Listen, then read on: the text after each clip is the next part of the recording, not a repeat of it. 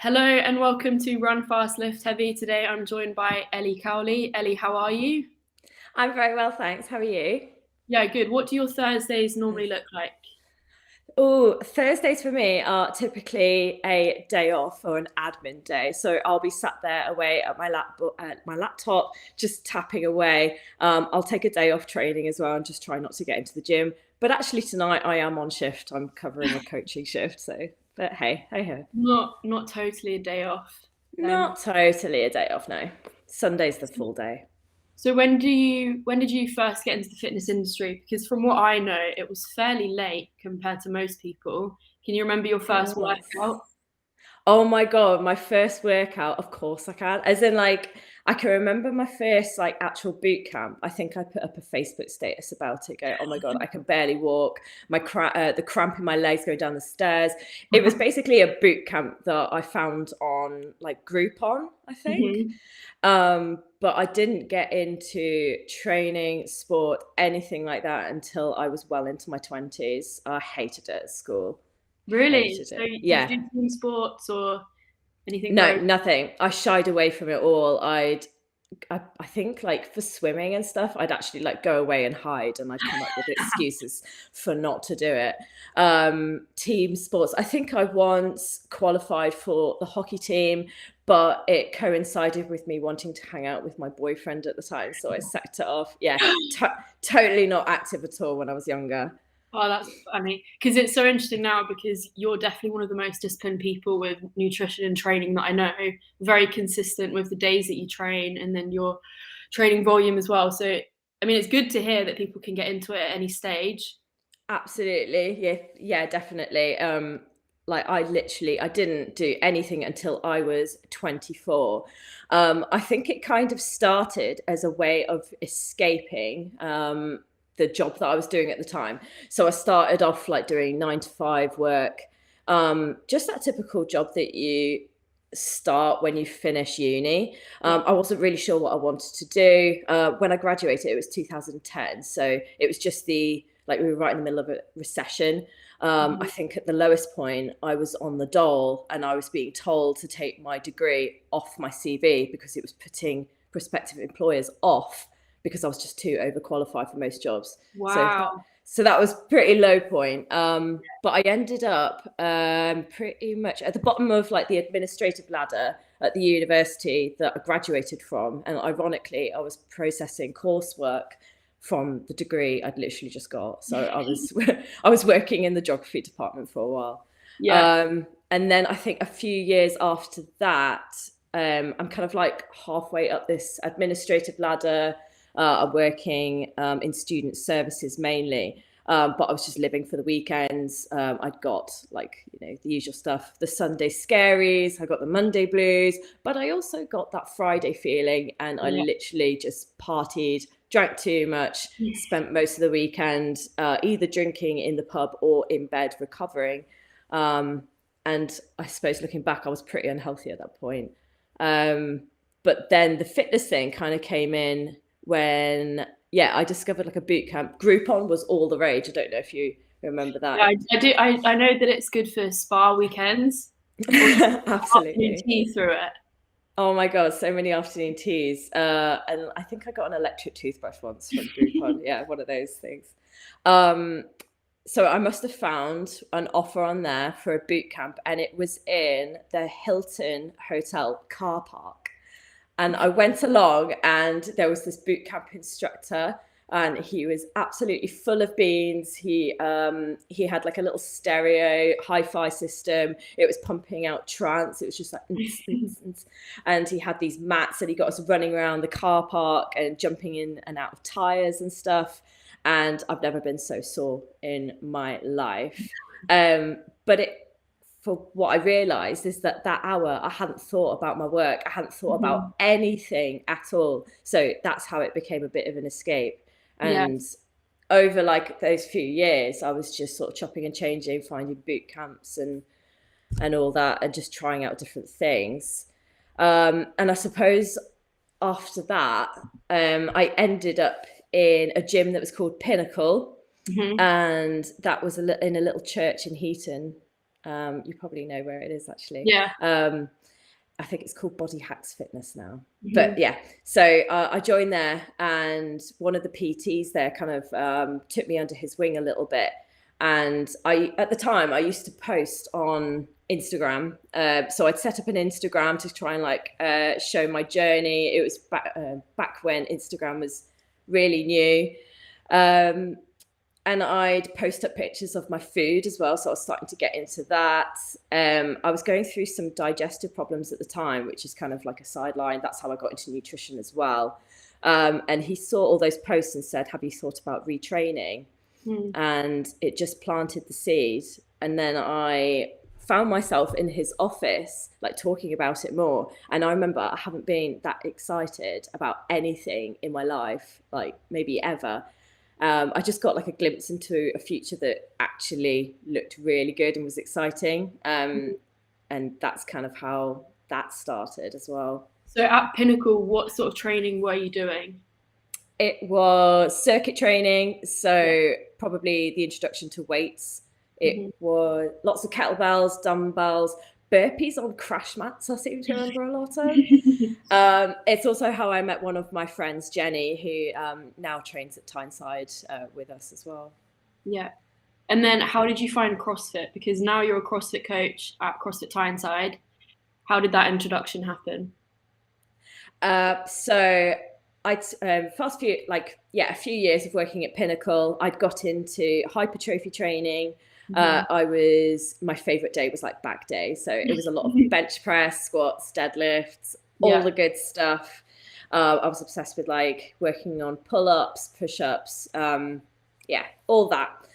But from working there for quite a lot, I don't know about you, but sometimes you need somewhere else to train. Absolutely.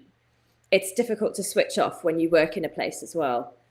So when CrossFit Tyneside opened just down the road from me, they're kind of unique in that they have a CrossFit section, but they also have just a gym section. And I started off joining the Globo gym, as we call it.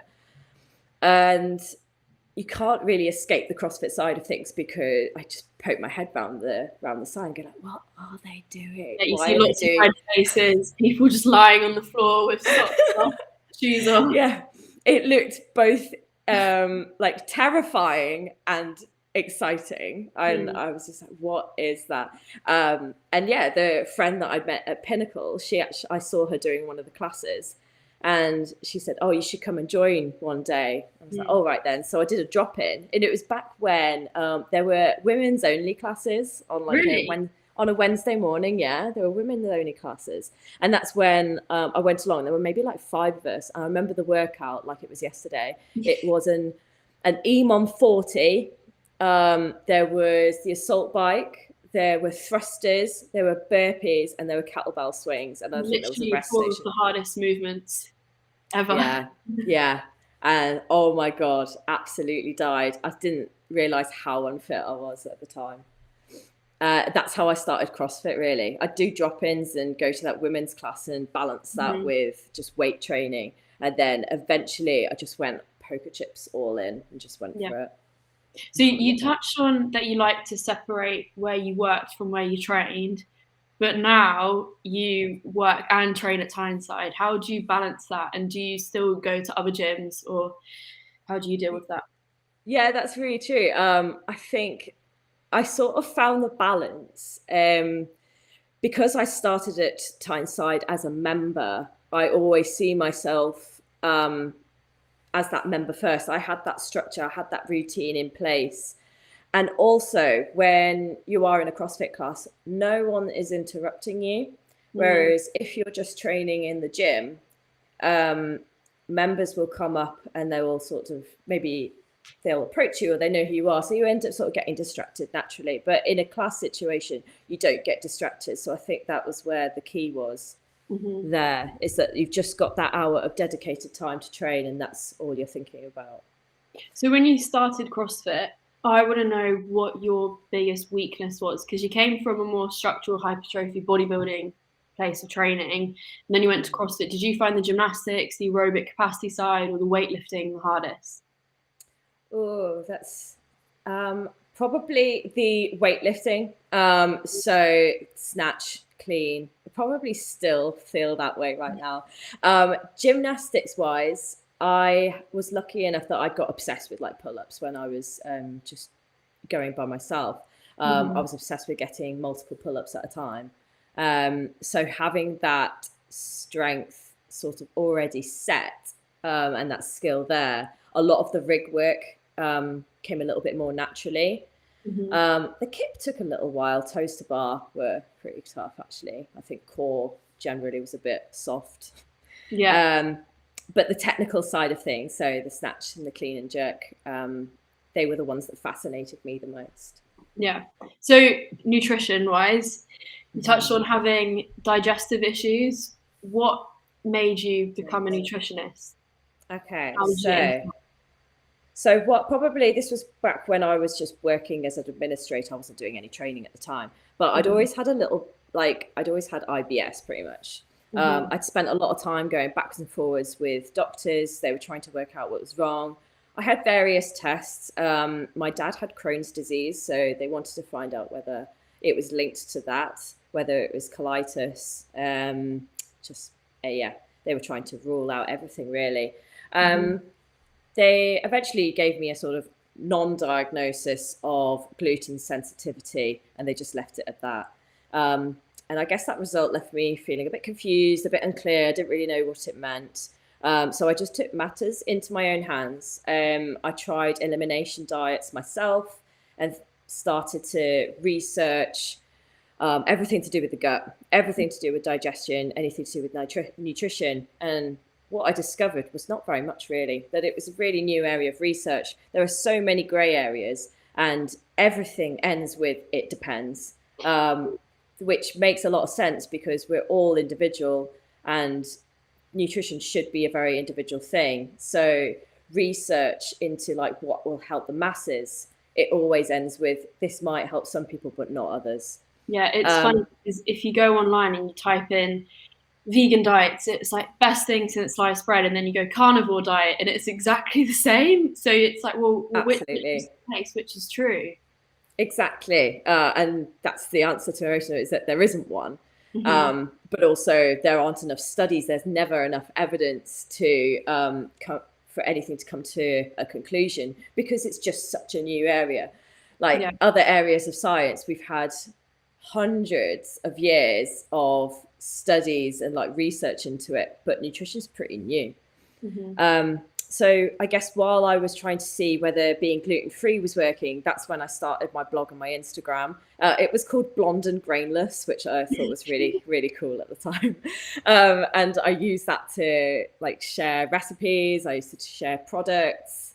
And then I guess at the time when I moved over to Pinnacle, they also wanted me to help run the health cafe there. And work with clients on nutrition.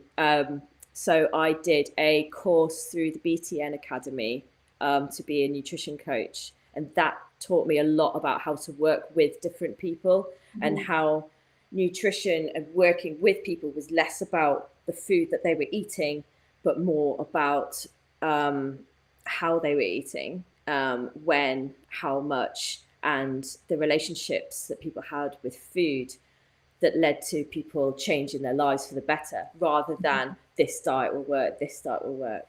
Yeah. And that was really, really, I found that more fascinating than anything. The fact that you could help someone and it wasn't just by giving someone a diet plan at all. That's probably the worst thing to do. Yeah. Yeah. So one thing I just want to ask, what's the difference between a nutritionist and a dietitian? So a dietitian is someone like a registered dietitian. You have to go through university. You need to do a proper degree in it. And you actually end up working usually in hospitals. So you have to go down the healthcare route. You need experience working with people with diabetes. I can't think of any other examples. So for example, diabetes. What the difference between that is, you're working with people who have issues, like healthcare issues. You're looking after people who are looking to get better, back to like a base level Yeah. of nutrition and Mhm. feeling okay. The nutrition coach is someone who'll look after people who are probably okay health wise, but they're not thriving. So, Mhm. and for that, you don't necessarily need a qualification to call yourself a nutrition coach. It isn't a protected term, which is unfortunate in a way, because it is why lots of people can get away with calling themselves nutrition coaches Well, a when, lot of PTs will do that. Um, yeah, and yeah, they'll give out diet plans or nutrition advice. But I mean, I know from my PT qualification, the depth that we went into nutrition wasn't big at all. It was just fats, carbs, protein. you're totally That right. Yeah. was it, really. No, there's not a lot that goes into a level 3. You actively need to look for other courses, or even just going through experience can help. But I think as long as you're a PT and you are like, you're not giving out advice and say you must do this, but this is what I'd suggest, Hmm. then that's the same with training. It's like that's all you can do at that point. Yeah, But any like serious sort of stuff, I'd never try and like, yeah, I'd always refer out to a yeah. specialist if needed, and I think Mhm. that's key. Yeah, if in doubt, refer out. And I mean, I've had clients Yeah. even to you who want nutrition help because I'm not the most qualified person to do it. So I'd love to go through and all you need to know about nutrition for someone Mhm. who doesn't know much about it, doesn't know how they need to eat. Mhm. So the first thing I'd like to touch on is eating for fat loss, and I can Mhm. imagine that's the most common reason why people would come to you, if I'm not wrong. So That is true. could you go through what you need to do to lose weight? As Okay. simple as you like. So if someone came to me and their first goals and their main goals were to lose fat, you're right. That's probably the most common client that I'll have coming to me. A lot of them will have got so far themselves. Mm-hmm. Maybe they're probably training, because I work with a company called We Dominate Nutrition. We tend to work with people who are already training a lot. Mm-hmm. So they might be trying to make the most out of their performance, but also they've reached a sticking point where their knowledge has they've run out of tools to help themselves with, and they're not sure Yeah. what they're doing wrong. So I guess for fat loss, any clients, I'd always start from the same point. So we send over a questionnaire asking about their goals, which is where we end up with all the information that we need. Mm-hmm. Yeah, there's sort of the physical parts of it, so their height, their stats, their age, what kind of training they're doing, how much sleep they're getting. We get 5 days worth of tracking data from them. So Mm-hmm. with every client, I need to know their starting point. I need to know what a typical week for them looks like in terms of their training, how much they're sleeping, how stressed they are, Mm-hmm. but when they're eating and how much. So that's why we get a lot of them to track on an app like MyFitnessPal, for example, so that we can get more of an accurate representation of where they are starting. And using their stats and whatever information we can get from them, and where they want to be, we can map out their start position and where perhaps we think their end position should be. And we just start moving slowly towards that goal. Mm-hmm. Um, and even with fat loss, the first phase is usually about getting consistent. So Mm-hmm. getting used to tracking, getting used to having energy levels being a lot more stable. And from there, once we have people on a baseline, that's when we start pushing towards either muscle gain or fat loss. So for fat loss, we try not to crash diet people. So there's never going to be huge drops with anything. I think for long term changes to happen, things need to go kind of slow, Mm-hmm. because life variables get in the way. Well, not Yeah. get in the way, but they're just there. Mm-hmm. So you can't get away from the fact that you need to work, or maybe you need to travel for work, or maybe you have a party, a hen do. We don't want people to learn how to just say no to these things. We want Yeah. people to learn how to move towards their goals while also being able to live their lives in the now. So that's why we take things pretty slow. We get people to check in every week. Accountability is probably one of the biggest things. At the beginning, you might see like big changes, like say water weight from losing a little bit, from the calories dropping a little bit. Water weight's one of the biggest first ones. So you'll see people going, I've lost 5 pounds in the first week. This is amazing. It's like, okay, but this will slow down, and it should do as well. So we still want to maintain a focus on performance as well. So we want enough energy for their training sessions, but things should be slowly starting to come down if we've got things about right. Try to drill in that things are rarely linear. So fat loss can be affected by all sorts of things. Hormones, especially for women. Also, we can't predict calories in versus calories out every day. We might be able to find out what it generally is on a training day versus a rest day, but there will be differences. One time you might end up walking like 15 kilometers, other days you might not leave the sofa very much. So it can be affected by all sorts of things. But usually with fat loss, it's patience, evaluating things along the way, accountability, whether it's a coach, a family member, or a journal even, and also just trusting the process as well. So 2 phrases that I hear in the realms of fat loss are TDEE and NEAT. So total daily energy expenditure and non-exercise activity thermogenesis, if I've got them right. That's right, yeah. And how do they relate to fat loss or muscle gain? Okay, so your TDEE, I don't know why it's actually harder to say. That is, sort of like the average amount of calories that it's taking to keep you at your current weight. And that will depend on who you are, whether you're male, female, your lifestyle, so many different things. It can go up and down depending on the day of the week. We tend to, so maintenance, that's where you're maintaining basically your weight throughout. And NEAT can affect that too. NEAT is it's how much you're moving. So it's the energy that you burn just by moving around. So you can increase NEAT by going out for walks, by exercising, by walking more over public transport or sitting down. But it's also genetic. So you'll notice that some people will talk with their hands a lot. Some people won't be able to stop fidgeting. They'll have like a twitchy leg. And for those people, their NEAT is naturally going to be higher than people who just move slowly. That we can't necessarily help. But sometimes when you'll see like, say a really tall, like skinny person, like naturally skinny, you'll notice that they just don't stop moving. They're just twitching all over the place. So a lot of that is because they're burning more than the average person, just naturally, just by being them.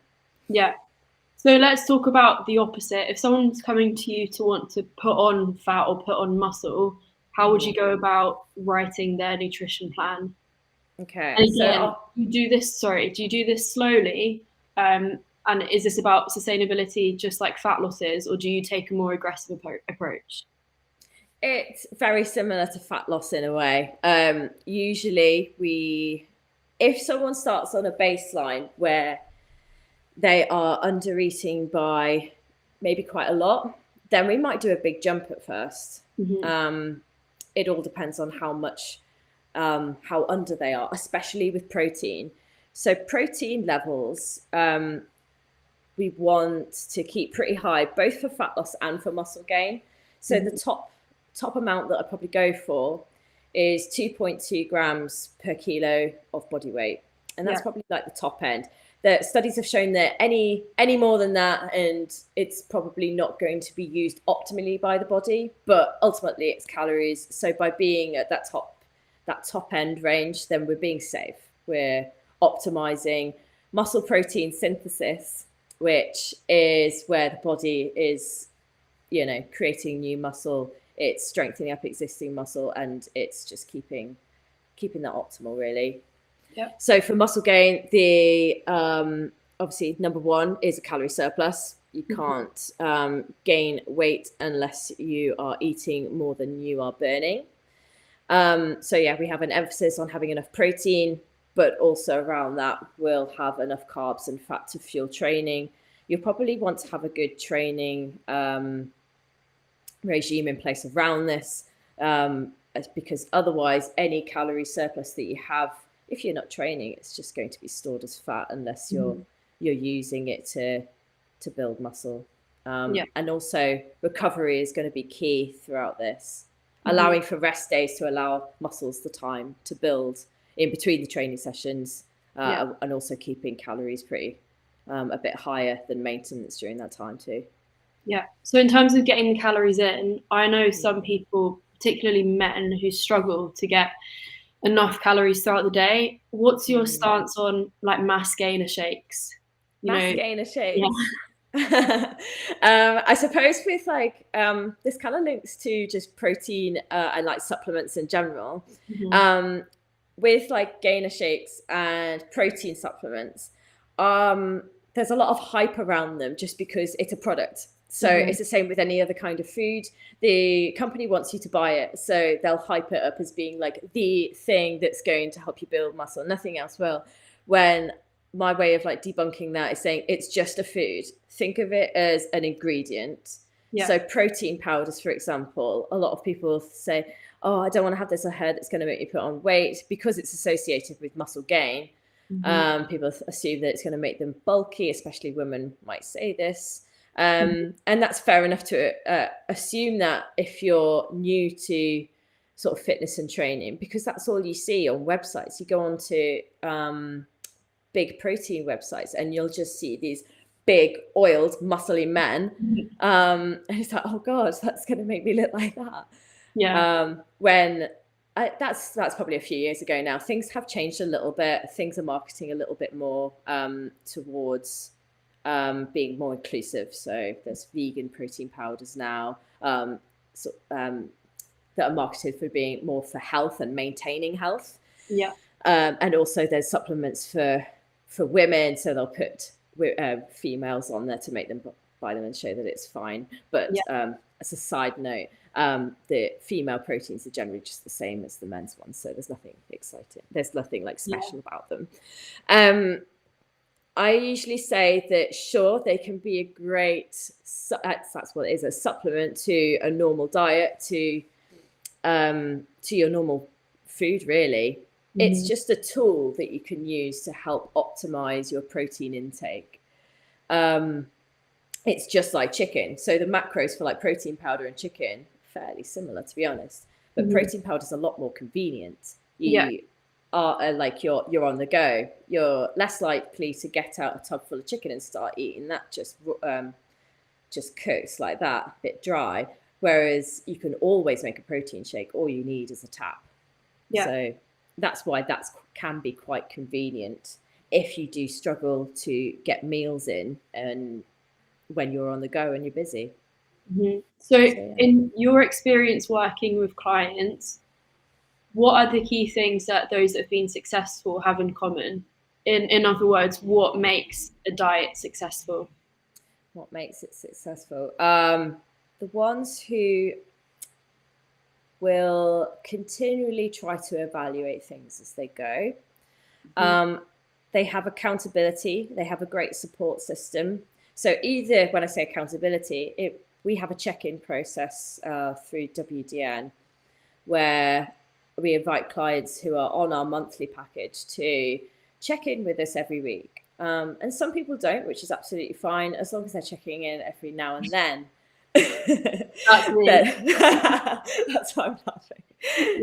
Exactly. So for some people, it's not necessary. But the ones who, the thing with me is I see you pretty much every day. So and it must be really annoying because I will ask you my questions if I need them in person. Not at all. No, that works out really nicely, to be honest.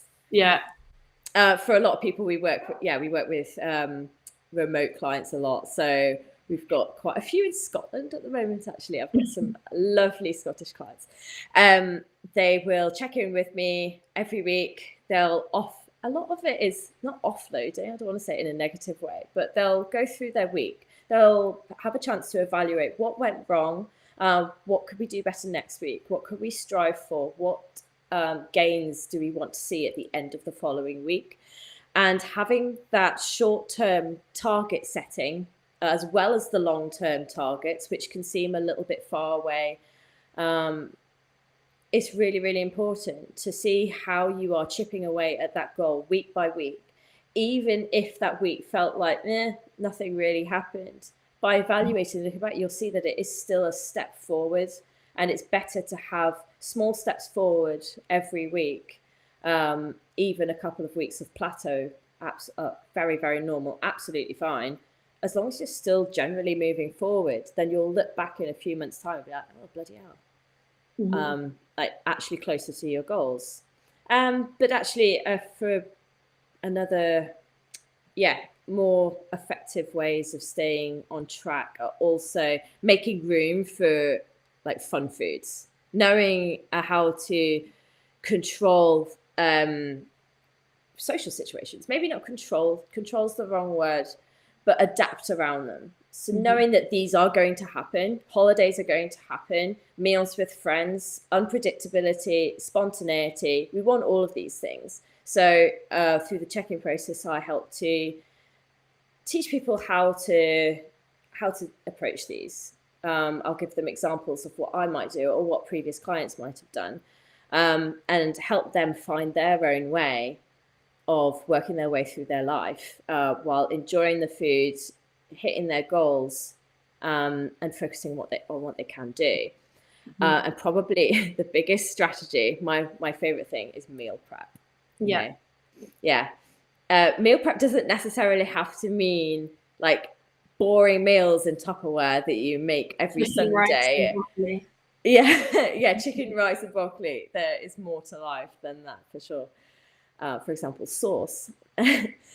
But it can mean having a buffet in your fridge, for example. So just having bought enough food for the week, having roughly planned out what meals you're going to have, having all your vegetables chopped up in like one container, having all your protein sources all chopped up and cooked already, just ready to assemble. So if you work from home, you don't have to just take out one box. You can have things that are relatively easy to assemble, ready to go.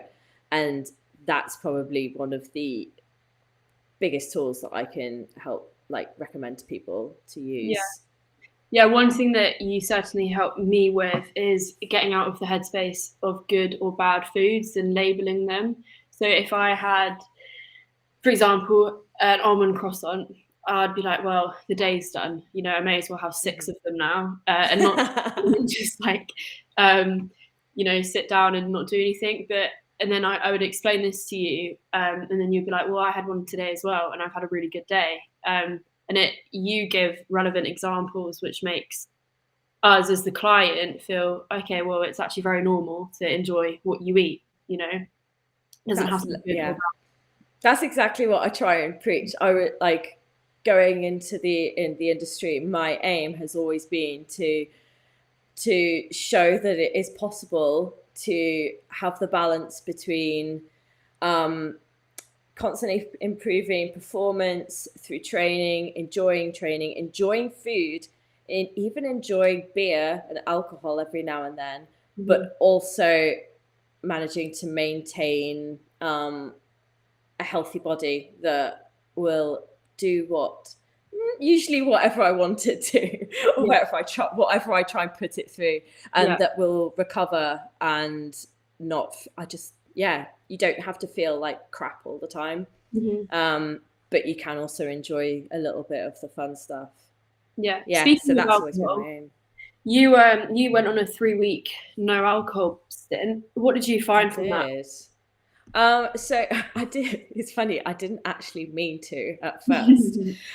So I had a wisdom tooth infection, and I was prescribed with some medication, which meant that I couldn't drink for 5 days. But then the pharmacist said, but maybe try and not have it for 3 days after that as well. And my first thought was, oh my God, I've got over a week of no drinking. How that's going to be hard. And that was a bit like a whoa, wake up call. Like, I must be drinking. Am I drinking too much? It's How like, no, much but did you drink before that? I think probably between 14 and 20 units a week. And I suppose the RDA, not the RDA, like the maximum that you're recommended to have is 14, isn't it? Okay. By doctor. How many pints would that be?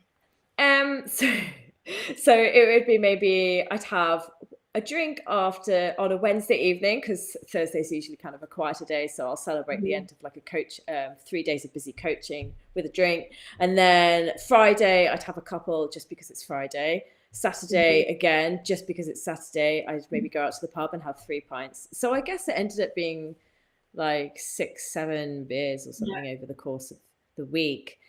And through not being forced not to drink, I actually found that I didn't miss it too much, and that life went on. I didn't not have fun just because I wasn't drinking alcohol. And I decided that I would just keep going for a little bit and see what happened.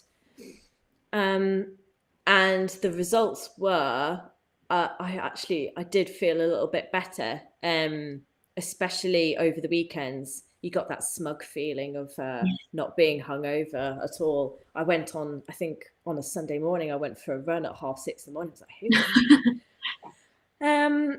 And I wear a Fitbit, so out of curiosity, looked back at some of the stats in terms of resting heart rate, deep sleep amounts and sleep quality, and breathing rate, all those sort of funny stats that Fitbit comes up with, similar to Whoop, I guess. And I did notice little trends, little down or upward trends in terms of like the health factors. So my resting heart rate came down from 55 to 50 on average. Wow. Which seems like, it seems like quite a big jump, but it's because the average, when you looked at the days after I was drinking, because your body is recovering from this, it just bumps things up a little bit. So to help your body sort of like regulate it and cope with it. It's not a poison exactly, but your body sees it as like almost like a mild poison and tries to rid your body of it as soon as it can. So without this, my body just chilled out. So are you planning to cut down forever, or do you think you'll just reduce the volume slightly? Yes, I've reduced it overall, definitely. So the Wednesday beer has gone. I don't miss that, actually. That's fine. And I probably now just have 3-4 pints a week. That's it.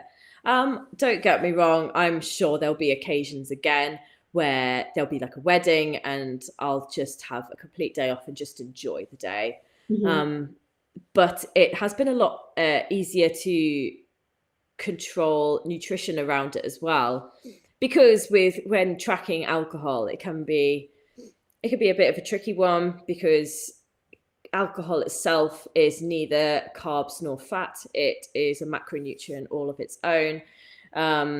So it takes up a little bit more energy than a carbohydrate will do, but a little less than a fat. So you can actually track it on MyFitnessPal, I've noticed, by doing a combination of fats and carbs.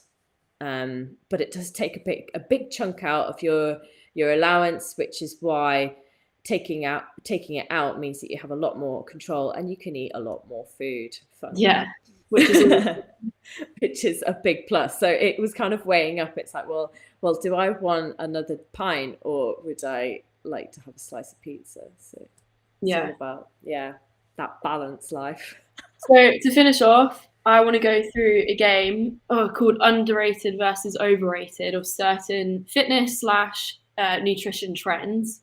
So the first trend is intermittent fasting. Overrated or underrated? Overrated. And why is that? It is a way of controlling your calorie intake, basically. It's a way of making a certain calorie amount or a certain energy amount that you want to have. Makes it much easier to stick to because you only have a certain number of hours in the day with which to eat it. So in that sense, it is just a strategy. There's little evidence to suggest that it is any more than that. So the health benefits that go with it, there's been some, if you do, like say with anything, you do a Google search and you'll come up with loads of different reasons why you should try intermittent fasting, why it is better for fat loss, and it allows your body like time where it's not digesting, whatever. It's like, yeah, that's called sleep. Yeah. But the evidence is so small that if it works for you as a strategy to help you stick to the say your diet, I use that term loosely, then great, but it's a little more than that. Yeah, I mean, I've tried it, and I think same. Yeah, I think what people maybe misunderstand is, so when you wake up, you're naturally quite flat. So you feel a lot smaller. So obviously, if you're extending the period of time when you're not eating until 1 p.m., you're just going to remain flat that whole time. And then the second you eat any food, it could be even an apple, you're going to naturally get a little bit bloated. So people think that they're perhaps losing fat from just like reducing their eating window, but ultimately, if you're still eating 5,000 calories, no matter when you eat it, you're probably going to put on weight if you're not burning that off. Exactly. Yeah, that's exactly it. So it can just, it'll just make it easier. And it's a way of controlling your diet as well. Yeah. So lots of people will find that if they have a way of controlling things, then it feels like they're getting results as well. Okay. Overrated. Question 2, overrated or underrated MyFitnessPal? Okay. Underrated. Yeah. But I'm biased here. The specific part that is underrated is the tools that are available on the actual app and dashboard itself. So if you ignore all the weird community parts of it, some of that's amazing. If you're ever bored one day, look at the forums. It's fantastic entertainment. The recipes and the meal sections on MyFitnessPal are where I keep all of my recipes. There I can go in to something that I have created myself. I can tweak things either for myself or for other people. I can search for old meals. If I need a bit of inspiration, I'll just do a little scroll down my recipe section and say, oh yeah, that was nice. And I can instantly see how many calories, carbs, fats and protein are in that meal. So I can figure out whether that's going to be a good one to add into my week. I also use it to help my clients map out their days. So one service that we offer through WDN is macro tracking, but also with a meal plan. So it gives people kind of like a head start, as in like, here is an example day of eating for you. Here is what you could potentially have on a training day versus a rest day. And that can help get people started. So I will use MyFitnessPal to map that out for them. I know that there are other apps like NutriCheck that are probably quite good. I think one's called LifeSum. But I just think MyFitnessPal is the GOAT. Yeah, I think I totally agree with everything you said. The only issue with it is they've got their own algorithm for fat loss. So if you put in, oh god, yeah, it's really bad. It told me to eat like 1,200 calories. Yes, which is not accurate at all. No. That's what. So with MyFitnessPal, as long as you, the underrated part is definitely like the tools section. But everything else around it, just avert your eyes. So if anyone's listening out there and they're using MyFitnessPal to decide how many calories they want to eat, please disregard that.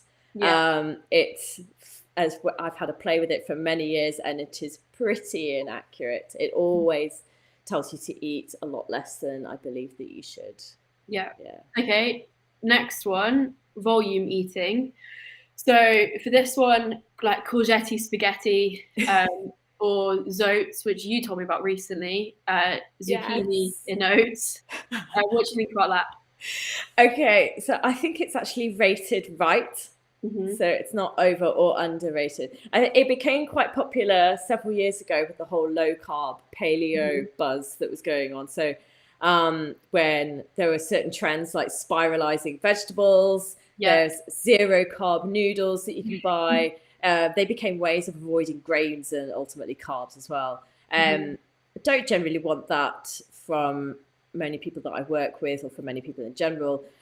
But if, for example, someone is in a deficit, some high volume, low calorie foods could be, including them in the diet, could be a way of them sticking to what they're trying to achieve.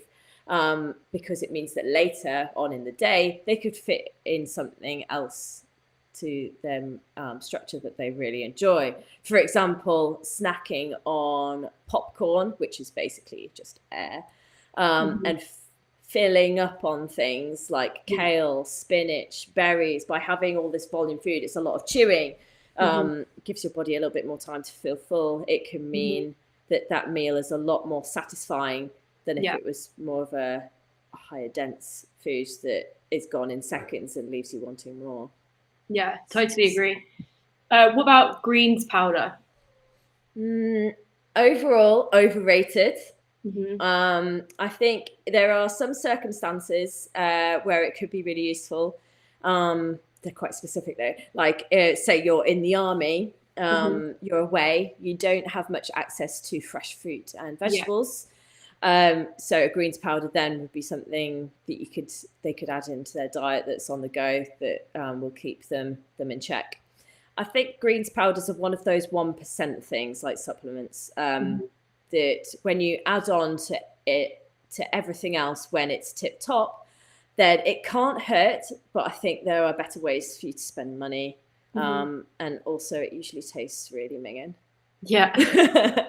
It tastes gross. It's really difficult to master the taste. But yeah, so it's an add-on.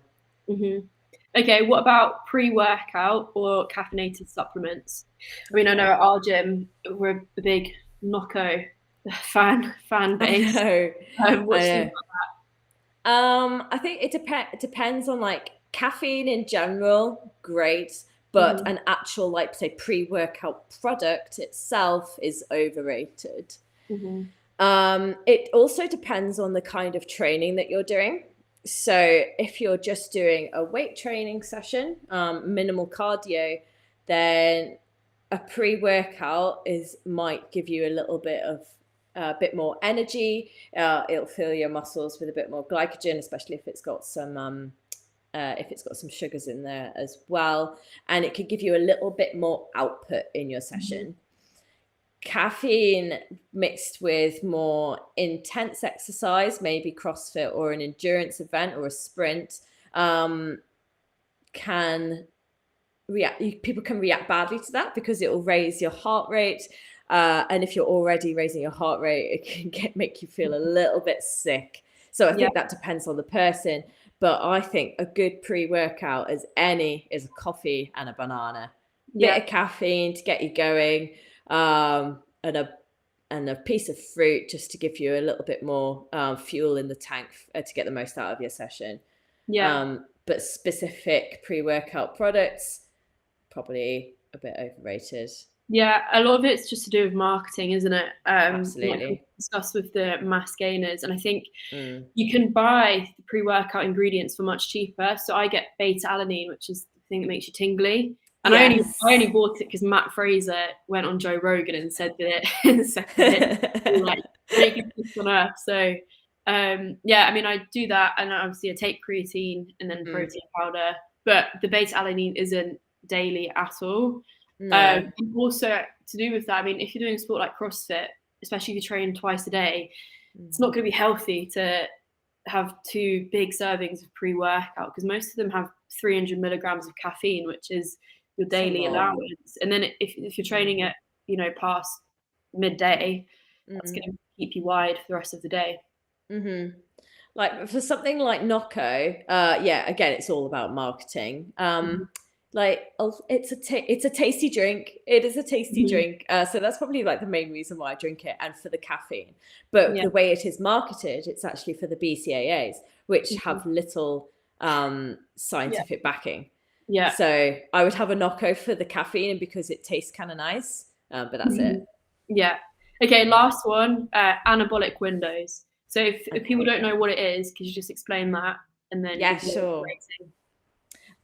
So the anabolic window is the assumption that you have a 30-minute window post exercise with which to get your food in. So get Mhm. a post workout meal in to consume protein and carbs basically straight away, to avoid your muscle breaking down, but also to optimize your muscle building up.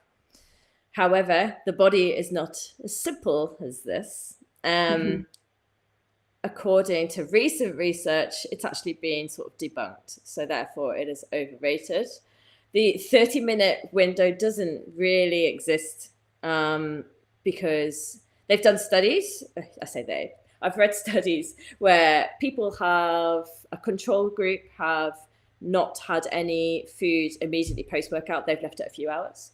Mhm. And there's been another group, a test group, who have had their meal within that 30-minute window, straight after training. And both groups did the same training sessions. And over time, they did tests to show, and they showed that there was minimal difference. There was literally no significant difference between muscle growth or muscle breakdown for both groups.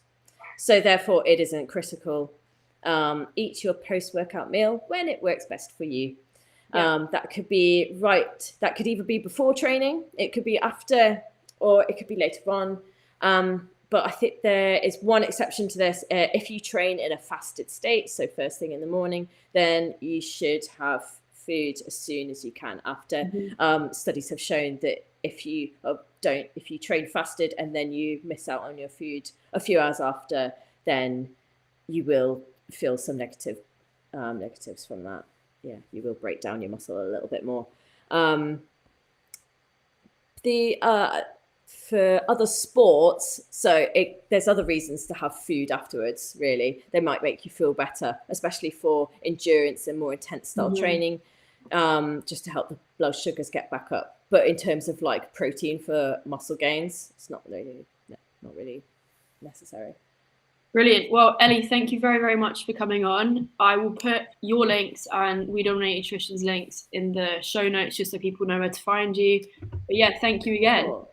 Thanks so much for having me. That was fun. I've never done a podcast before, so No problem at all. one tick.